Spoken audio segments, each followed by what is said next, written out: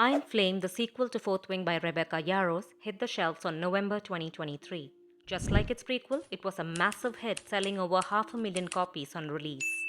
In this book review, I will talk about what went well, what didn't work for me, my favorite moments, and overall thoughts. Please watch out for the spoiler warnings, and apologies in advance for any name butchering.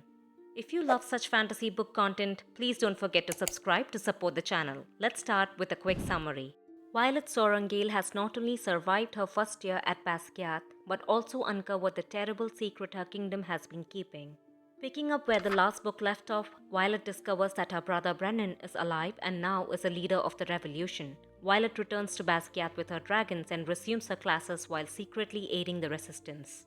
But it seems that surviving your first year still does not mean anything at Basquiat, because in the second year they have sadistic torture as part of their lessons. We have a new commanding officer at Basquiat, Major Warish, whose single source of joy is to cause pain, so obviously his target for the year is Violet.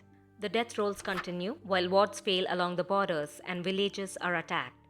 Violet not only distances herself from her friends to keep them safe, but also struggles to control her powers. Finally, dramatically, the truth is revealed to everyone at Basquiat. The revolution joins forces with the Poromial Flyers to fight against the Venin. Meanwhile, Violet starts having dreams of a powerful Venin intent on bringing her over to their side.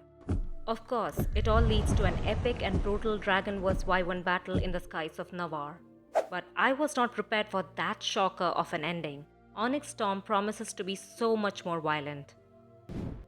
There are some inconsistencies in Violet's personality. Though more confident now, her body is still fragile. And she was never known to be a badass in hand-to-hand combat. Her strengths were her smartness and resilience. But here, all of a sudden, people are aware of how lethal Violet is. One of her professors even refused to unleash her on her first year in combat training. That felt strange. And what made Violet different is her compassion. She did not approve of the careless waste of young lives in the name of dragon bonding at her college. But then, there was this odd discussion she had with Rhiannon about why it is okay for people to die during the obstacle course. Was this an attempt to show she toughened up?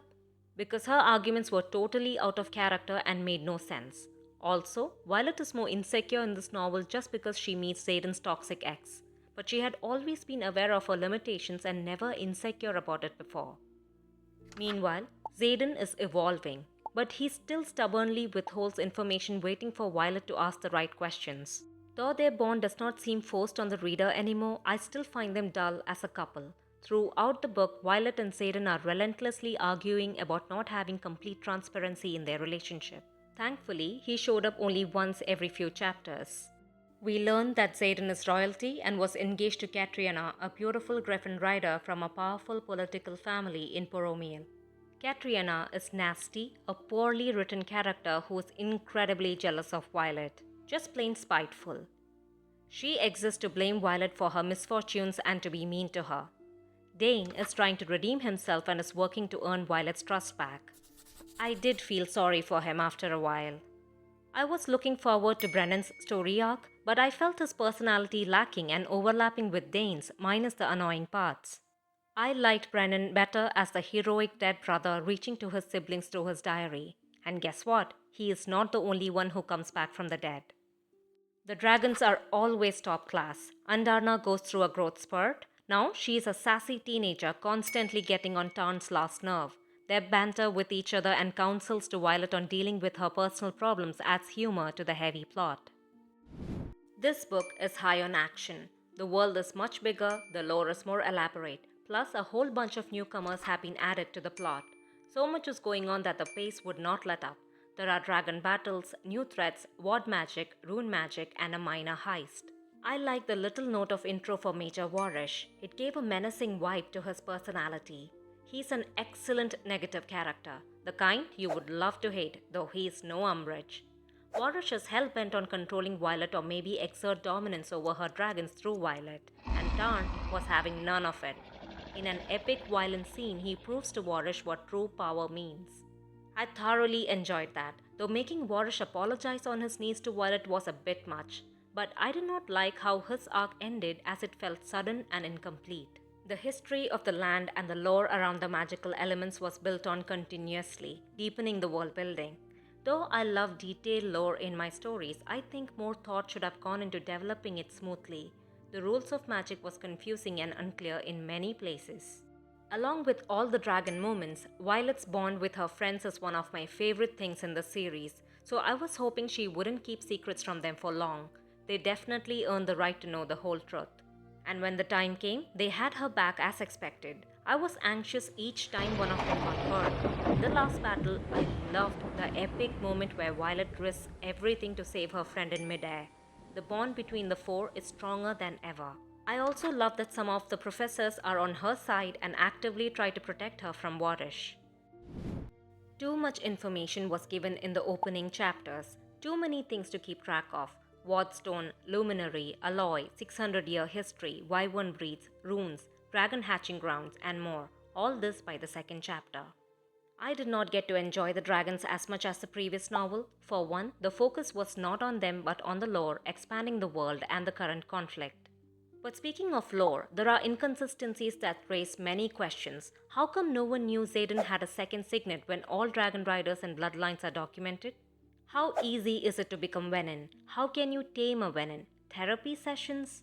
The rules of magic was confusing and unclear in many places. Some of the explanations seem just too convenient. Also, why would the leadership allow hundreds of riders with their dragons to defect and become traitors? There was no act of suppressing the uprising, nor did the Empire look for them in the most obvious location, Tyrendor. It was just too easy. This book had the same writing style and structure as Fourthwing, with all the same word choices like leaning in, pulse skipping, and whatnot. But I noticed a slight improvement. Maybe it was me, eager to get on with the story, or I just got used to it. Again, there are multiple people speaking around Violet as well as in her mind, so I had trouble identifying the speaker like the last book.